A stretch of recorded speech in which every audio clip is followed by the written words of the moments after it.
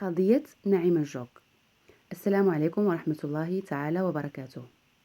في فيديو اليوم سنتكلم عن قضية اليوتيوبر نعيم الجوق التي خرجت مؤخرا في فيديو مصور على مواقع التواصل الاجتماعي، حيث وجهت رسالة جد لاذعة لملك البلاد تشكو فيها ضنك المعيشة، غلاء الأسعار والظروف المعيشية القاسية التي يعاني منها الشعب المغربي، حيث انتقدت كذلك رئيس الحكومة المغربية ووجهت له اتهامات مباشرة بأنه سارق وينهب أموال الشعب المغربي.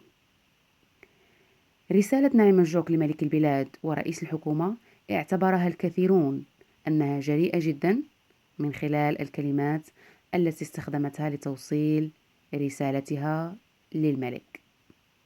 وعلى إثر هذا اللايف الذي نشرته نعيم الجوق على منصة اليوتيوب، فقد تم القبض عليها من طرف السلطات المغربية بمدينة الدار البيضاء،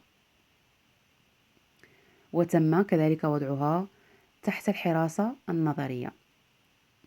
وعلى إثر هذه الوقائع فقد خرجت والدة نعيم الجوق على منصة اليوتيوب حتى تعتذر عما بدر من ابنتها، التي وحسب وصف الأم كانت غير واعية لما تقوله وفي حالة غضب شديد، وخصوصا أنها مريضة بمرض الأعصاب، وفي ذلك اللايف كانت تحت تأثير